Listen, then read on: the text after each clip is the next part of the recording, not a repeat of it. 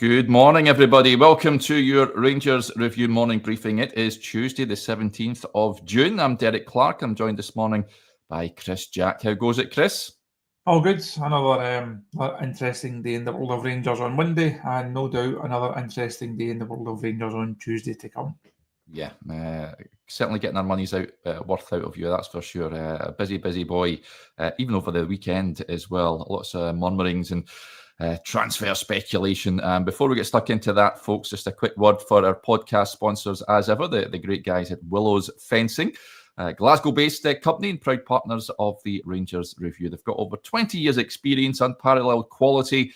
Their qualified team is dedicated to keeping customers happy and providing exceptional work, aiming to deliver nothing but perfection in every job. They're also offering free consultations and a 10% discount code if you use Rangers Review on the website. Head over to willows-fencing.com. Right, where shall we start then? Lots and bits and pieces to get our teeth stuck into. There's a great piece on the website, yourself and Joshua, incidentally, where you look at the squad at this moment in time. Nice little, well, I say nice little graphic, a graphic on there with the players' names. I've seen the reaction on social media, and folk are not too happy with the state of the squad at this point in time. It will change, of course, but myself and Joshua, I think we're going to record a special video on that squad chart a little later on, folks, so keep your eyes peeled for that. We'll kick off with news that emerged yesterday. Perhaps expected, Chris, a player that it looks like will be returning to Ibrox, Jose Cifuentes. He spent the season on loan in Greece at Aris Thessaloniki. They had missed the extended deadline that Rangers had given them to make his loan deal a permanent one. They had an option to buy, a first option to sign him before the end of May for £3 million. Rangers had extended that so they could come to some sort of agreement. They've now given up on Cifuentes, according to reports in Greece, and have turned their attention to someone else. So, yeah, he's got 2 years left on his contract. I remember at the time when Rangers brought him in, it was considered a bit of a coup. And were said to be looking at him at some point in his career. Didn't quite work for him, but he's returning to Ibrox, Chris. Briefly, hopefully, not to be part of this squad. I don't think Nico Raskin out and Jose Cifuentes in. It's not quite the deal that Rangers fans are hoping for this summer. I don't see him having a long term future at this club.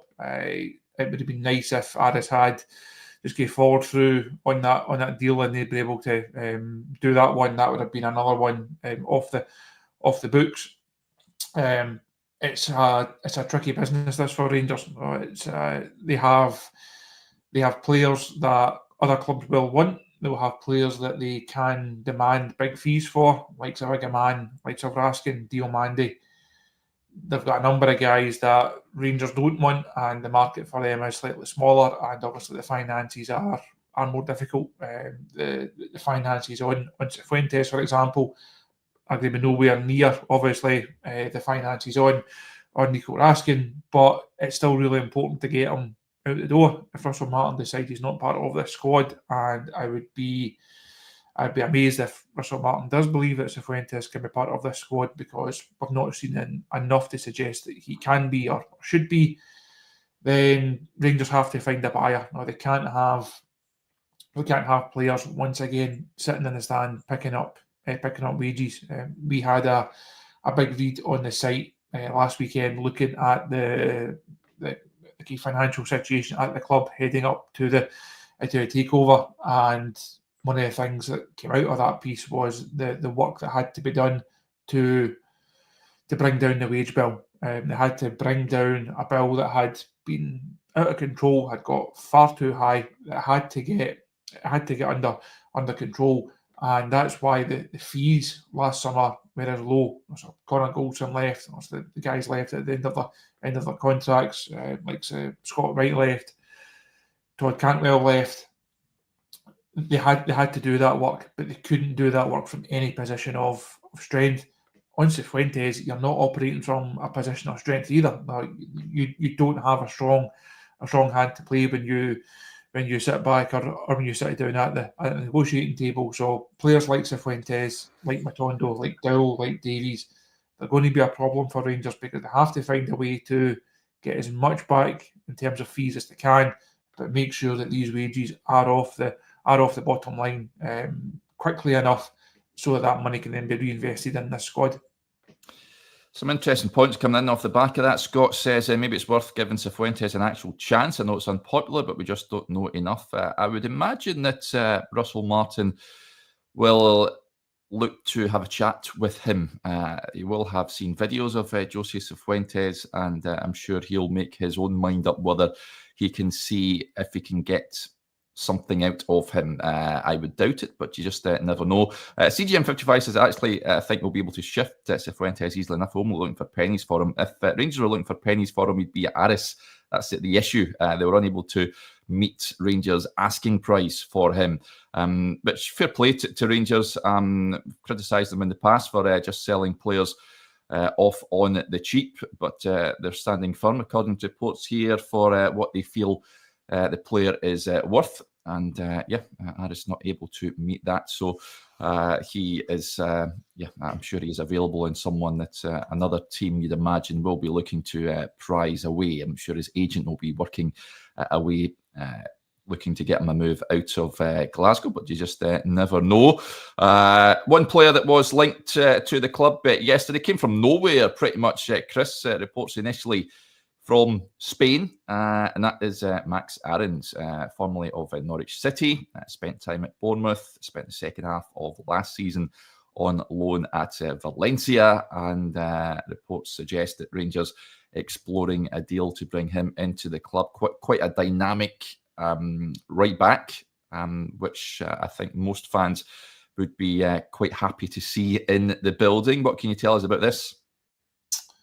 I think this is quite an intriguing deal for Rangers. I think there's a lot to like about it. I know he's not played a lot of football in the second half of the season during that loan at Valencia, but has got a really intriguing profile. Has clearly been at a high level for a long time.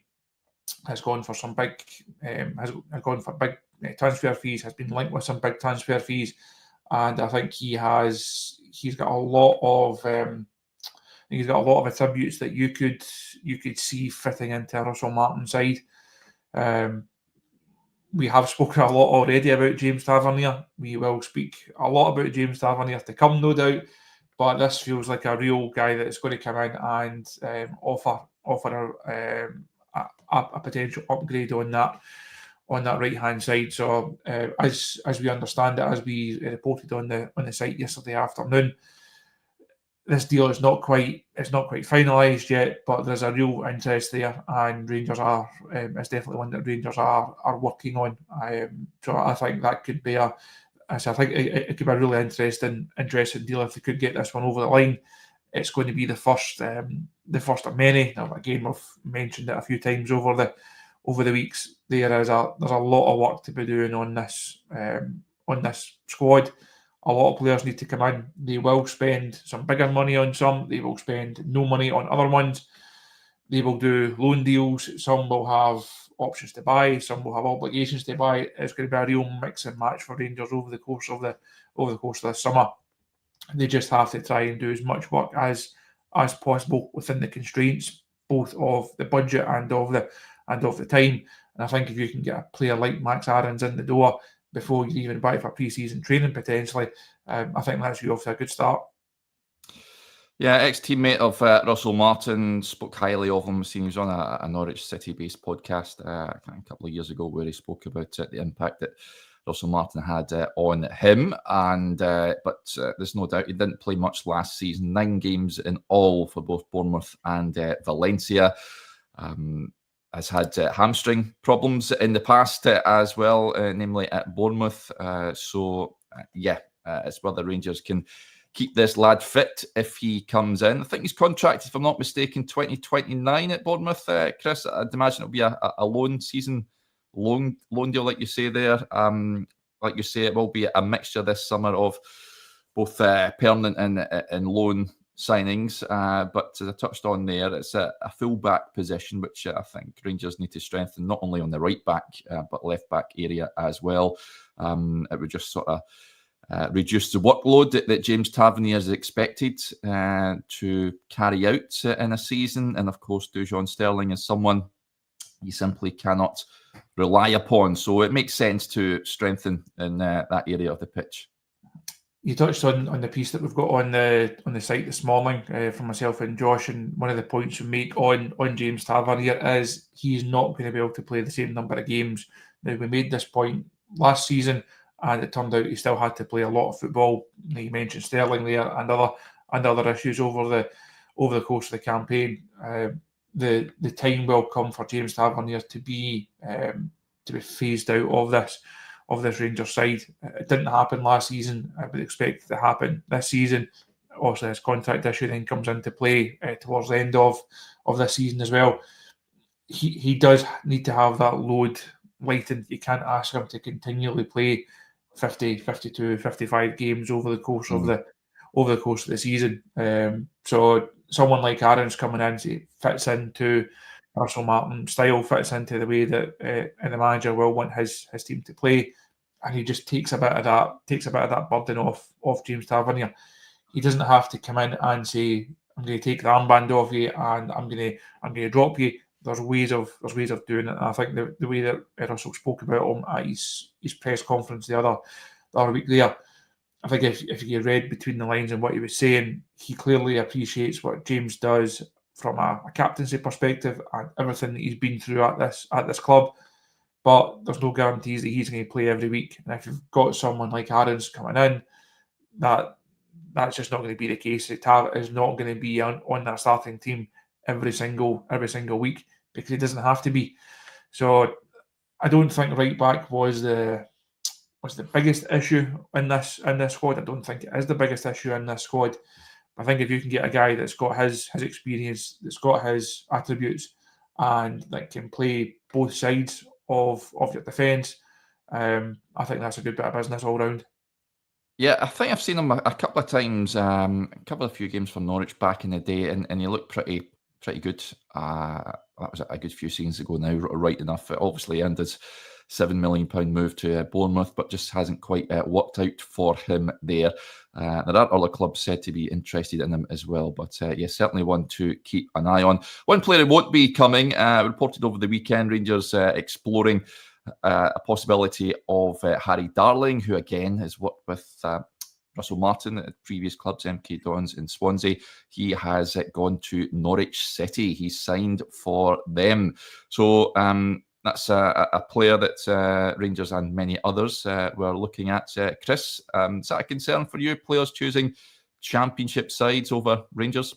We've seen it last season with Jose Cordoba, of course, when he elected to go to Carrow Road when the Rangers laid out the red carpet for him. Not a concern as such. Players will have various reasons for why they choose certain moves. He might think that the Championship's a better league to play in. He might be on more money. It might be closer to home. It might suit his circumstances. So I wouldn't be too concerned about it. I know it could be pitched as, well, there's Rangers beat Norwich or Norwich beat Rangers to a signing. Sorry. That's a bit of a slap in the face. I don't really see it that way. The list of players that Rangers are working through right now is considerable because they need a lot of players. You're not going to get your first pick in every single area.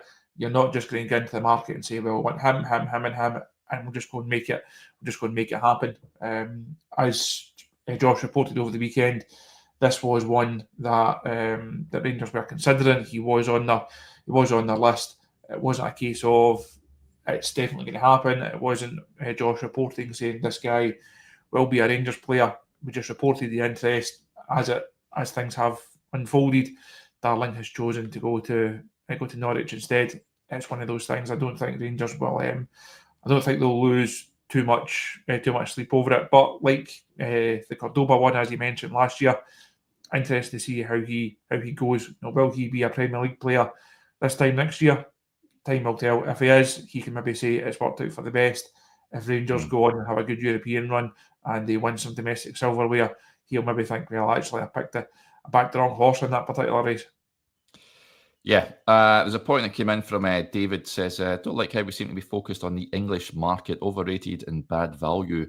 It's a market Rangers have dabbled in the past. It sort of changed somewhat when Niels Coppen came into the building. Rangers looking at different markets, further afield, of course, but certainly the names that have been linked have sort of emanated from easy links, you could say as well, given that Russell Martin has been appointed as the new Rangers head coach. Is that any surprise to see that Rangers linked to these guys, Chris, given Russell Martin's background? And do you share David's concern there, given the fact that Rangers have brought guys up from this level of football before and they've not necessarily taken Rangers to the next level, really? It's not the market I would be going and signing a lot of players from. I think they have been stung quite a few times over the years. I don't think there's a lot of value in that particular market. There's inflated fees, there's inflated wages, and I don't think the level of that league, yes, it's exciting when you get to the playoff time, and the playoff final is billed as the richest game in the world and all that, but I don't think overall the standard is that great. It seems quite a lot to go from being a championship player to being a Champions League player, which is the journey that you have to go on if you in that league and be a success at Rangers. So I don't. I wouldn't fill the whole squad with English Championship guys, put it that way. But I'm not against going down the road of picking up one or two. Now, it's no surprise that Russell Martin would like to work with players and would like to sign players that he's had on the books previously. Every manager does that. Every manager has guys that they trust, that they want to work with again. So I don't think that's a surprise at all. But I don't think there's huge value in it for Rangers. They had moved away from that. As Niels Coppen showed last year, go and try and scour different markets. That the scouting structure is still there. Obviously now under Dan Purdy and Kevin Thelwell as a sporting director, they will have their own thoughts on where the value is, where the best players are. So there's various different aspects to it. But I would like to see Rangers spreading their wings as wide as possible. And I don't think we'll get to the end of the window and it will be a Championship 11. I think we will see players coming from different leagues, coming from different clubs, coming from different backgrounds. Of course, you've then got how did they settle, how did they take to Scottish football, how did they take to Ibrox. So there's a lot when you sign any player. There's a lot of different factors that you have to consider. But I don't think we'll be sitting here in a couple of months and Rangers will have signed 10 players from the Championship. So I wouldn't worry too much about the initial links or some of the initial moves. Yeah, there is an urgency though that Rangers need to get bodies in the door, isn't there? I mean, we touched on the top of the show that that squad chart. Lyle Cameron, the only player that's been confirmed as coming in when he signed that pre-contract. Time is ticking, Chris. You said there that right back, not necessarily the priority position. For me, it remains centre back. I think Rangers need to look to bring in at least two central defenders in that area. Of course, who knows if some of the big hitters are going to depart, then that'll really need to spark Rangers into action. I'm thinking Nico Raskin, Hamza Igaman potentially as well. But supporters are all asking the same question wherever you look. Where are the signings? They need to see bodies in the building. They do, but that doesn't mean to say that you sign players just for the sake of it, just so that the social media team have something to do and the snappers have something to do by taking pictures of players with scarves above their head. There's no point in bringing players in that are just there for the sake of it when you have as much work to do, when you have a budget that's, yes, it's going to be a decent budget, it's not going to be hundreds of millions, and you can afford to take punts on players and afford to have, well, if he's a £5 million player that doesn't work out, it's okay. It's not okay. Rangers need to spend every pound that they do has to be spent wisely. the strike rate this summer has to be at least 75%, arguably higher. I would like it to be higher. If you can get 80-90% of these deals who we are sitting at the end of the season saying that's been a success, that was a really good bit of business, that deal has worked out, that gives Rangers then the best chance of having a successful season with a bit of silverware. They can't afford to get this window wrong, and I would rather they took their time and got the deals done when they're there to be done for the right ones, rather than just saying, well, we're really short of a centre back, we've missed out on Darling, for example, let's just go and sign anyone. Work your way through the list, work your way through the process, and get the right players in that are going to suit this. They're going to suit this style. They're going to suit this club. They're going to suit this league, and they're going to suit Europe. As I said there, there's a lot of factors that has to come into signing players, and signing players just because there's a bit of social media chat, or people are upset on forums, or people are upset on comment sections. That's not really the way to be running a football club. If that's how Rangers were being run, then I think bigger questions would be asked. That's not how the 49ers operate. That's not how Kevin Thelwell is going to operate. That's not how Rangers can operate. So I do get the urgency. I do get the need. I do get the want, but we are still fairly early on in this process. The Rangers not even back on the training ground until Monday. Still a couple of weeks before they go to Burton. Still a few weeks before they play any games of football as well. Yep, someone asked actually yesterday, any other pre-season plans? Two home friendlies coming up, Bruges and Middlesbrough, and the B team, well, the Rangers youngsters going down to Hartlepool, I think the 20th of July. Don't think there's been anything else booked apart from that week at St George's Park, Chris. Any more? Do you think they'll go anywhere else? An away day? The supporters love an away day in pre-season. Do you think there'll be that for them to head along to? Nothing else on the agenda yet, as far as we know. I actually asked someone at the club yesterday about pre-season and our plans, because, as you know, the press boys love a good pre-season trip. It's not shaping up to be one of the classic pre-season trips, it has to be said. But we are still working on the finer details of Burton and how that trip is going to look.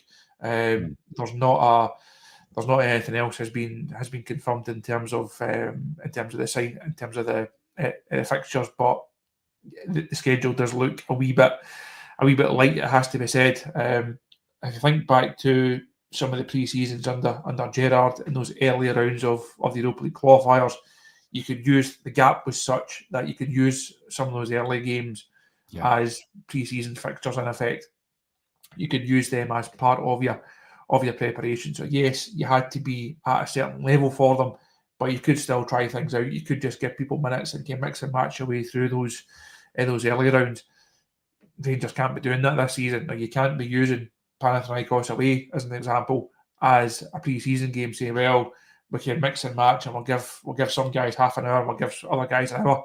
It's not going to work. Rangers have to be ready for those Champions League games. So I would think they would need another game. I don't know if they'll do anything game wise at St George's Park, if there's going to be a bounce game at the end of that week. Again, still waiting to get details on that, but you would imagine there'll be another game in there somewhere. And as you said, an English away day would be nice. Just trying to think, the teams that are down there, Stoke City are not too far away. That would be cracking. Been there a good few times. They could accommodate the Rangers fans, I'm sure. Burton Albion's too small. Just trying to think, is anywhere else? Not Derby, perhaps. We've beaten Derby before a good number of years ago. That famous clip of the linesman waving the Union Jack. Was that? Just trying to think. Ted McMinn's tribute match, I think it was. It's. I don't know if it's a testimonial, but just Ted McMinn Derby, of course, he played for the two teams. Did you go to that game, Chris? No, I didn't. I think we did send, but it wasn't me that went there. I can't actually remember who was there for us, but no, I remember seeing the clips and stuff from it. But no, I wasn't at that one. I did Sheffield Wednesday as a friendly. I was there. That was class. And that was a good one, but I didn't do a Derby one. So a nice, an English away day would be good. Scott says Doncaster. Yeah, they just came up to League One as well. Good little place down there, the Keepmoat Stadium. So I wouldn't be opposed to that. Right, other news you will have seen on the website. Like last night, Chris, you filed a piece on there. Club 1872.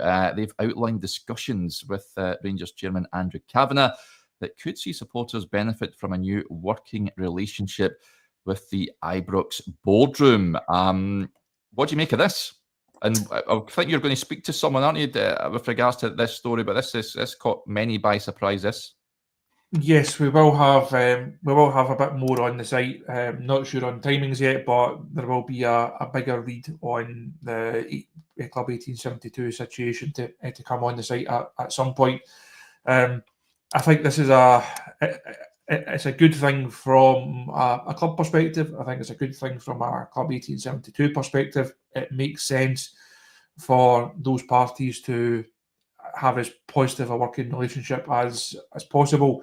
I think we have seen from the reaction both on the show earlier and in the comments, and certainly on the social media comments, there's not a lot of love for Club 1872 amongst the Rangers support right now. I think they've got a lot of work to do to try and repair that, to try and answer some of the questions that they've faced over the last few seasons. I noticed this last night. The last statement was put on their website was actually an update from a meeting with John Bennett and James Bisgrove, and that showed a lot has happened since that meeting. So I think they've got a lot of questions to answer in the eyes of the Rangers fans. But given everything that's going on at the club, there has been such a turnover of senior figures at the club. So it's maybe not been that easy for them to get themselves back in the door and try and get that foot back in the door and sit around the table. They did say in their statement last night that they were also pleased with that, in a chance to sit down with Andrew Cavenagh and Patrick Stewart. So time will tell where that relationship goes. Time will tell how positive it could be, what that relationship looks like. But I think after they had some really difficult years, they went through a lot of change themselves, a lot of change at the club, and it had seemed to it's drifted, it's fallen off the agenda for a number of Rangers fans. Can it be rebooted? Can it be brought back to what it was or what it had the potential to be? Who knows? I think there's a lot of work to be done on that process. And as I say, we'll have a piece at some point over the coming days looking at the situation, where they are and where they want to get to. Yep. One to keep an eye on, folks. Right before we wrap up, Trevor with some nice words says, "Morning, guys, from Portrush. Love this channel. Always good updates." Thank you very much, Trevor, for tuning in and your kind words, buddy. And Peggy with a mammoth piece that was on the website over the weekend. She says, "Whoever wrote the article on coefficient points in Europe on the Rangers Review app, it was excellent." It was excellent. Yeah, Peggy. 3,500 words there or thereabouts. The lad, Scotland's coefficient on Twitter, you will have seen. Brilliant article on there, very in-depth. So do go and check it out if you haven't already done so. If you've not downloaded the Rangers Review app as well, make sure you do that. If you are a subscriber to the website, that is the best way to access the content. Just on Europe, you mentioned Panathinaikos there, Chris. They are one of the potential opponents in the first qualifying round, qualifying round 2, when Rangers enter the tournament. Bran and Servette, the other teams that Rangers could face. I'm sure I've asked you this before, but do you have any preference? I think the draw is tomorrow, if I'm not mistaken. I think Servette I think that's the pick. I think you want to avoid Bran, who are already playing competitive games, and they'll be far more up to speed than Rangers are. I think you want to avoid them for that reason. And Panathinaikos with that away trip in the Greek heat, I think you want to avoid that one as well. So Servette also played them a couple of seasons ago. I think you'll know what you're going to get from them, and so I think that's think that's the one, as me and Stevie touched on the talking point the other day there. I was out on Saturday morning. This is a really difficult few weeks for Rangers in terms of the Champions League. Their chances of going all the way through these various rounds and getting to the group stage, you have to say it looks the longest of longest shots. If they can do it, it would be quite an achievement to build a squad, to implement a style of play for everyone to settle in, and to tick off these games in successive midweeks and get into the group stages. It does look a really tall order. I think the Europa League group stage would probably, not financially, obviously, as that piece lays out. The finances in the Champions League are such that, of course, you want to be there, but in general, I think another Europa League group stage would be beneficial for Rangers, and I think that looks the more likely outcome. But these games, ideally, you can at least get through the first one. You bank a wee bit of prize money, you bank a few coefficient points, which are always helpful, and you just need to take these games as they come. But certainly for the first one, I think Servette is I think that's your pick if you could have a choice in the matter, which of course we don't, unfortunately. Yeah, what was the score last? All I remember for that game is Danilo missing an absolute sitter. But Rangers won in the end. Was it a draw over there and the one at home? For the life of me, it was. I can't remember any of those games apart from that miss. A draw over there and 2-1 at Ibrox. I'm sure Dessers scored. Just checking there. Tav and Dessers early on in the Ibrox game, and Tav over there. I think that was one at the back post, if memory strikes me right. Yeah. Yes. I think that was a Tav goal. So there we go. Tavernier and Dessers showing their true worth to Rangers. And on that note, we'll end it there. Yeah. Yeah, absolutely. Just wrap up with this. Morris says, morning off from very hot Ben Almadina. Thanks again for today's ball. Let's hope we get someone in today. Brilliant place, Ben Almadina. I'd imagine you've been to the Rangers bar there as well. Watch the second leg of that Europa semi against Leipzig at that bar. What a night had by all there. You've been to Ben Almadina, Chris? I've not, no. I think the last time I was down that neck of the woods was actually on the pre-season front. It was Gerard's first one. He went to Fingarola for a week, 10 days or so. A nice part of the world, and the boys that were there certainly safe to say we enjoyed ourselves on that particular trip. A few good nights out, and obviously, if I actually saw it, somebody posted the picture of Conor Goldson the day that he signed. So he did like the scarf picture by the pool, and then sat and did the press on that same day. And that I seen that picture brought back some good memories of a good time had by all. Yeah, absolutely. Right, folks, we'll wrap up there. Big thanks to Chris, and thank you to you all for tuning in to the show as ever. Keep your eyes peeled for that show with myself and Joshua a little bit later on, just on the squad. Hopefully record that later, depending on the workload, of course. But enjoy your day, whatever you are doing, and we'll speak to you again soon. Bye for now.